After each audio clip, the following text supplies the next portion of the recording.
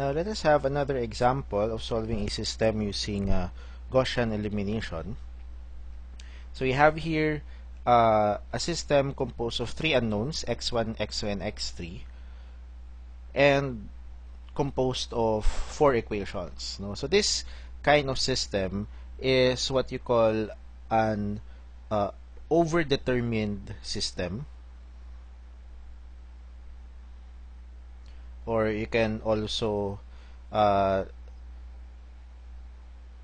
this an overdefined system kapag mas maraming equations na given kaysa dun sa unknowns. Okay, your system is described as being overdetermined or overdefined. Okay? Kapag mas konti yung equations kaysa unknowns, so mas marami yung unknowns, underdetermined naman siya or underdefined naman siya. Okay, so if we construct the augmented matrix for this particular system, okay, so again, we just combine the augmented matrix, or the coefficient matrix rather, and the constant matrix to obtain our augmented matrix. So we have this as our augmented matrix.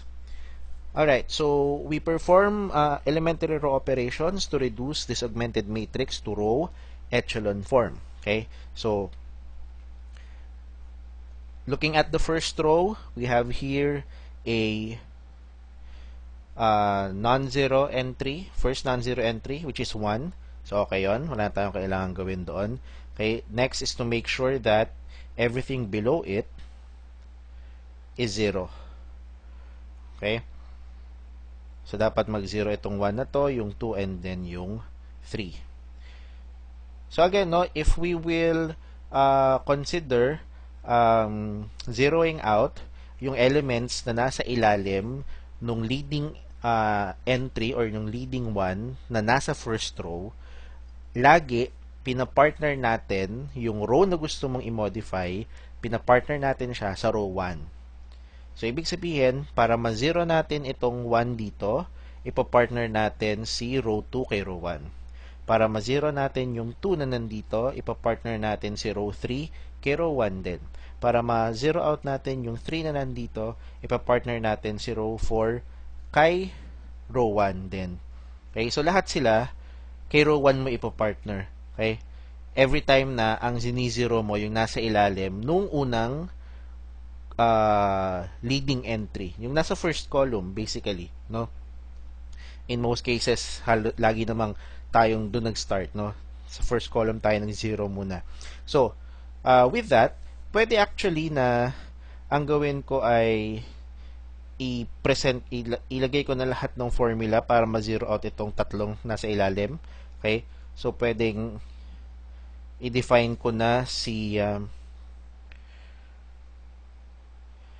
row 2 prime, which is equal to row 2 plus row 1, pero dahil 1 at saka 1 yung nandito, tsaka 1 din yung nandito, kaya kailangan naka-times ng negative 1 yung nasa R1. And then, pwede ko na ring i-define yung gagawin ko para mabago yung ating row 3. Okay, so that will be row 3 plus row 1. Pero ang nasa row 3 natin ay 2. Kapartner niya dun sa row 1 is 1. So, kailangan nakamultiply itong row 1 natin by negative 2 para mag-0. Okay, ang sum. And then, pagdating natin dito sa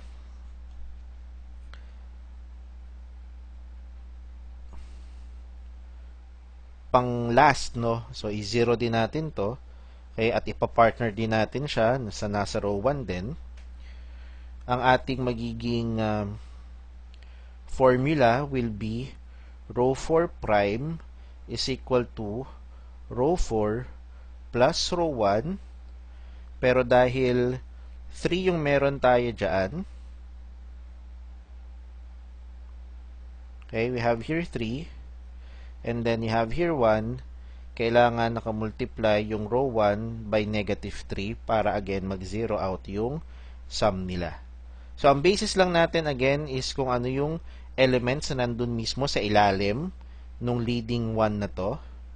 Pero everything will be carried over all throughout the row. So, nilatag ko na lahat ng formulas natin para ma-modify itong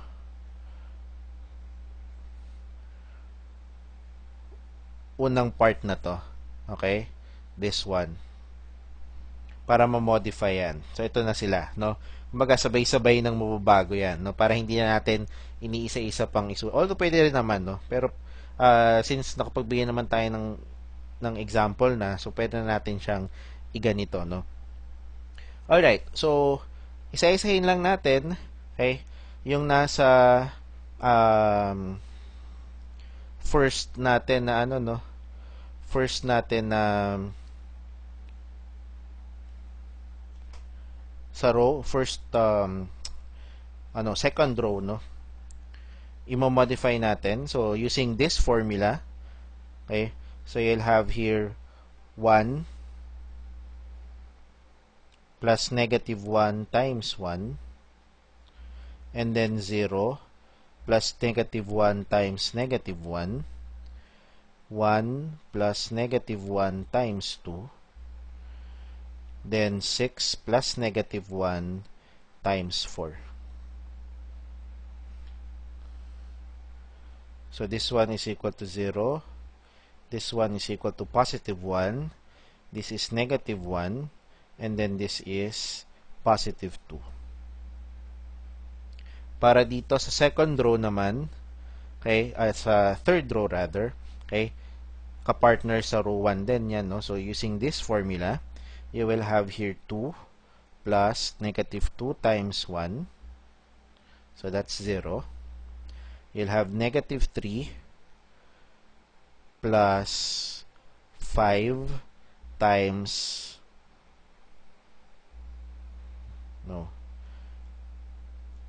negative 2 times negative 1.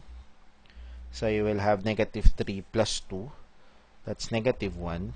And then, you have 5 plus negative 2 times 2. That's positive 1. Then, lastly, you have 4 plus negative 2 times 4. So, you have negative 4. Okay. And then, lastly, for row 4,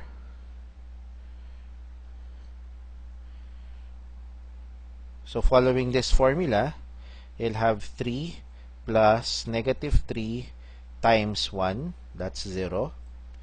2 plus negative 3 times negative 1. That's positive 5. Negative 1 plus negative 3 times 2. So, that's negative 7. And then, we have 1 plus negative 3 times 4. So, you have negative 11. So, we will rewrite now our matrix. Okay, so yung tatlong rows agad, no, row 2, 3, and 4, modified na agad natin dito. So, 1, negative 1, 2, 4. Syempre, yung first row, hindi naman siya nabago. And then, yung bagong row 2, ito yung lalagay natin na values dyan. So, you have 0, 1, negative 1, and then 2. Yung bagong row 3, ito yung mga values niyan. 0, negative 1, 1, negative 4. And then, yung bagong row 4, ito yung mga values.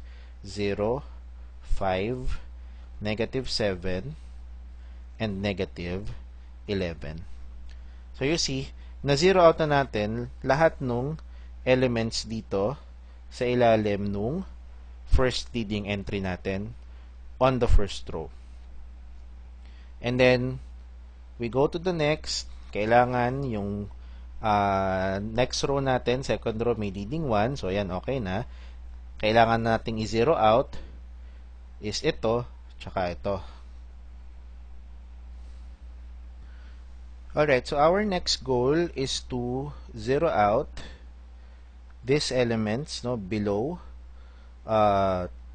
below this leading one. So we cannot use row 1 anymore, okay? We cannot use row 1 anymore because we don't want this to have non-zero values again, okay? So that is why if you want to zero out those that are below the leading one on the second row, we will pair up those in row 3 and those in row 4 with row 2. Okay? So, pwede natin pagsabayin ulit ito. We will change row 3. Row 3 prime is equal to, okay, so we will pair it with row 2. Now, in this case, we don't need any constant multiplied to row 2. Why? It's because we have here negative 1, you add to positive 1, the sum is already 0. Okay, so that's why no need for a multiple, no, for R2. And then the other one, okay, we will also zero out the 5 here. So we will pair up, so row 4 prime is equal to, we will pair up row 4 with row 2 also. Okay. Now, since we have a 5 and then we have a 1, okay, this one should be multiplied by negative 5. So that, again, the sum will be equal to 0. So if we rewrite, or if we solve, no, if we write the values, okay, so you will have here 0 plus 1, that's 1, negative 1 plus 1, oh no, sorry, 0 plus 0, because we are adding this and this one, and then negative 1 plus 1, 0, 1 plus negative 1, 0 again, negative 4 plus 2, you have negative 2, and then for row 4, you have 0 plus negative 5 times 0, so that's 0. So remember, no, they should not get affected. The first zeros that you obtained earlier, no, from our first set of calculations, dapat hindi babalik sa non-zero value yon. And then you have 5 plus negative 5 times 1, so that's 0. Negative 7 plus negative 5 times negative 1, so that's negative 2. And then negative 11 plus negative 5 times 2, you have negative 21. So this one now becomes, okay, so 1, negative 1, 2, 4, that's 0, 1, negative 1, 2, then this one becomes 0, 0, 0, negative 2, and then 0, 0, negative 2, negative 21. Now, before we proceed, no, notice that in this part,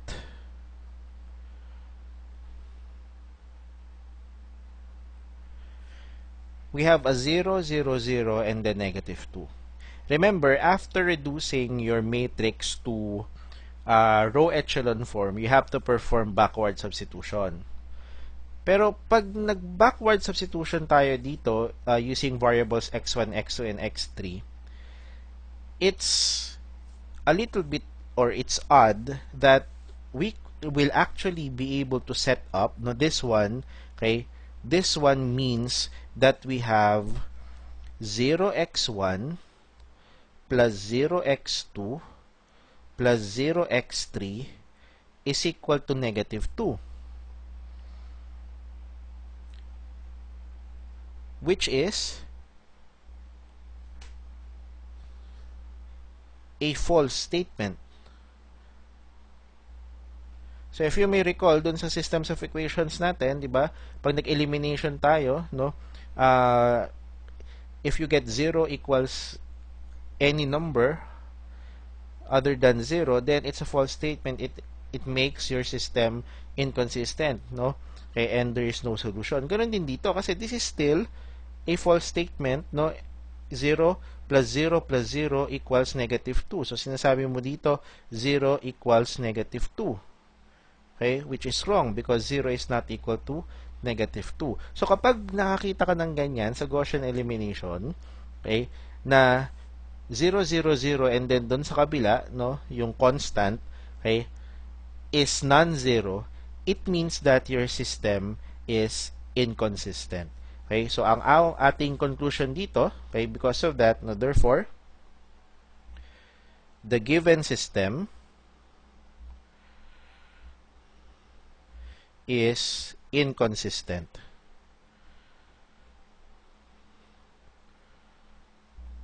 Hence, there is no solution. So you don't have to further elaborate on the solution. We don't need to go beyond. Okay? Kasi once na makita mo yung ganyan, okay, sa ating given na matrix, no, na ating sinusolve, stop ka na nun. Okay? You can conclude already that there is no solution to that given system.